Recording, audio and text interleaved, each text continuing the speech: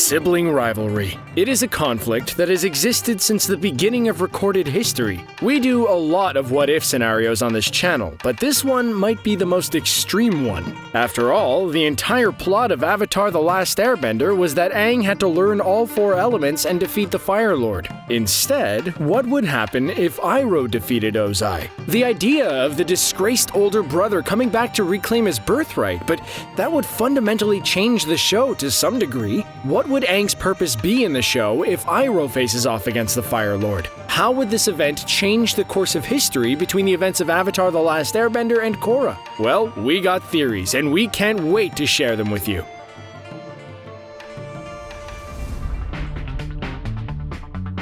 Right, first we have to address the platypus bear in the room. Having Iroh defeat Ozai would fundamentally change the direction of Avatar the Last Airbender. It was the duty of the Avatar to master all 4 elements and stop the Firelord. Changing that would diminish his involvement in the show. From the beginning, the paths of Iroh and Aang were clear. Aang was going to reclaim his destiny as Avatar and bring balance to the world, and Iroh was going to be the guiding hand of wisdom to Zuko. Iroh's conflict with his brother was either not that pronounced or it was something that had been addressed long before the show began. Now, keeping all of this in mind, and to keep the integrity of the show intact, I think that Iroh having to defeat the Firelord should come at the 11th hour. In this first part of the video, we're going to answer 3 important questions that make up this what-if. Why does Aang choose not to take on the Firelord? Why does Iroh take him on to begin with? What does Iroh do once he beats Ozai? Here is how it would begin. In the show, on the day Sozin's comet arrives,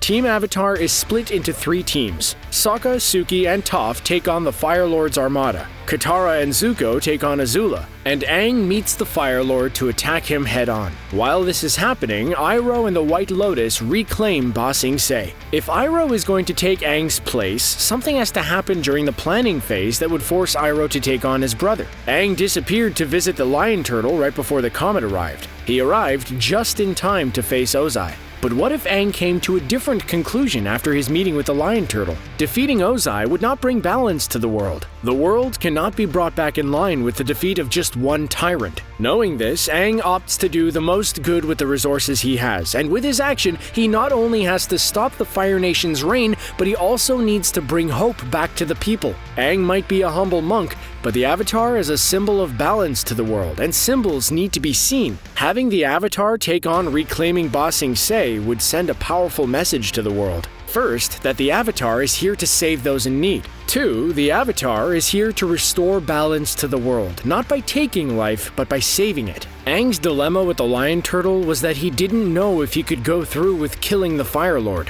Everyone around him told him that the only way to end his reign of terror was to end his life. In the end, Aang found a way to stop Ozai without killing him, and that was to take away his bending. In this new scenario, if he decided he needed to help the people of Ba Sing Se, he wouldn't need to learn energy bending and how to seal a person's bending. He could fulfill his duties as the Avatar and bring peace to the world while still holding on to his morals of not taking a life. Also, he's not running away from any responsibilities like he did 100 years ago. In fact, by saving the people of Ba Sing Se, he's making up for the mistakes of his past by helping those in need. With that hurdle out of the way, we finally get to talk about the big guy, Iroh, everyone's favorite uncle. Forever wise and patient, Iroh has been the guiding hand for not only Zuko, but also Toph and Aang during the show's run. He might be soft-spoken and patient, but he has shown how powerful he is on more than one occasion. How he would fare against the Firelord is a question for later on in this video. The more pressing question right now is why? Why would Iroh want to take on Ozai now? He had more than enough opportunities in the past to stop his brother, and has had just as many reasons to. Again, in this version of events, Iroh taking on Ozai would be a last-minute change in plans. Of course, it would be more than a last-minute substitution. Iroh facing his brother would be a bittersweet reunion.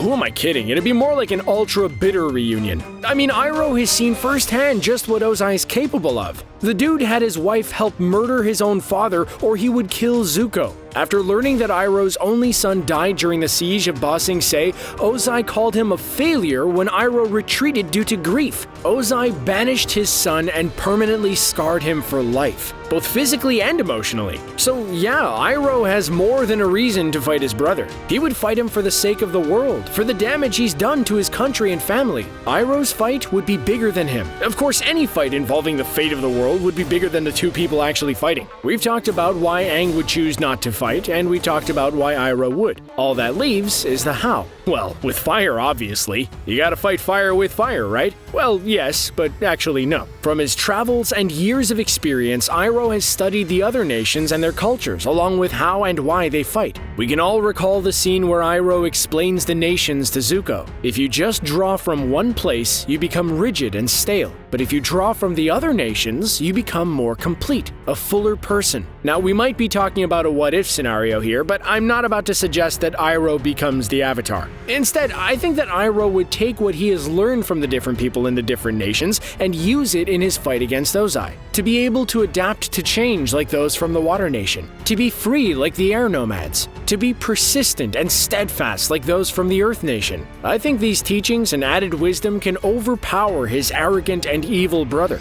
Now, defeating Ozai is one thing, but like Aang, could Iroh kill his own brother? He has killed before, back when he was part of the Fire Nation, but even after everything, it still might not be easy. There is a possibility Ozai could escape because of this hesitation. Iroh is a smart guy. He knows if he falters for even a second, Ozai would kill him. He is a much crueler man after all. As much as it pains me to imagine, Iroh would probably kill Ozai. Now, hold your fire. I'm not about to make Iroh into a cold-blooded killer. As we've discussed, Iroh has more than enough justification, but despite all of that, it would perhaps be his most shameful moment. The idea that not only did he have to kill a member of his family, his own brother, but that Ozai left him no other choice. I am sure if Ozai genuinely begged for mercy, Iroh would grant it to him and spare his life. But we all know Ozai would never submit like that.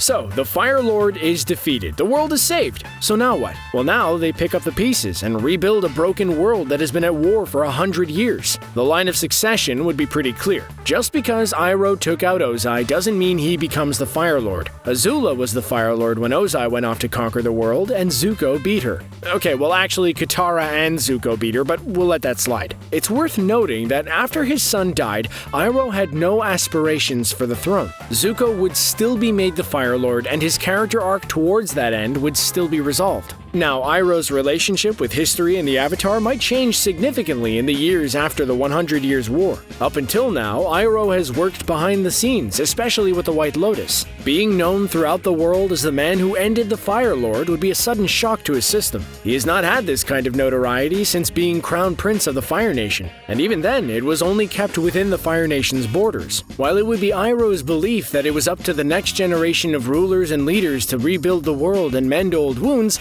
Iroh would find himself being involved in the reconstruction effort more and more. This is not to say Zuko and Team Avatar are not capable. Even in the original comics, Zuko put Iroh in charge as interim Firelord when he searched for his mother. But soon, the fame of being the one who took down Ozai would become bigger than him. Whether Iroh liked it or not, he could no longer live the humble life of dignity he had hoped for. Instead, his name and status would be lorded throughout the land. He would be written into the history books as the man who brought the war to an end. Despite Team Avatar's efforts and Zuko's leadership, Iroh's very public and well-documented battle with Ozai would become a sort of legend. Myths and legends have their uses, but during a time of healing, people turn to heroes for strength, hope, and guidance. Iroh has more than enough guidance and wisdom. He would remain a humble man even after the amazing feats he's performed. However, what would start as reverence for Iroh would soon become twisted. First-hand accounts would become rumors or tall tales, and the truth of how powerful Iroh is would be greatly distorted and exaggerated. We all know how a story can change depending on who's telling it. Now, none of this happened with the Avatar, mostly because it's expected. The Avatar is already seen by many as a deity. It doesn't help that the Avatar has godlike powers, being able to wield all four elements and be a bridge between humans and spirits. If Aang had stuck with the plan to take out the Firelord, it would have just been par for the course. During all of this, we have to remember that he killed his brother. No matter the justification, taking the life of a family member would sting. It would be one of Iroh's greatest regrets that he would have to carry with him for the rest of his life. It goes without saying that Iroh did not lead a normal life. He killed his brother and was known far and wide as the man who took down the Firelord. Despite all of this, Iroh would still lead a happy life. I think after the dust settles and the next generation has their feet planted firmly in the ground, Iroh will leave the world behind. Much like Toph in The Legend of Korra, Iroh would spend his last years in isolation before crossing over to the spirit world. He saw to it that Zuko grew up to be the man he wanted to be. He traveled the world and learned all the things this world had to offer, enjoying a cup of tea during every step.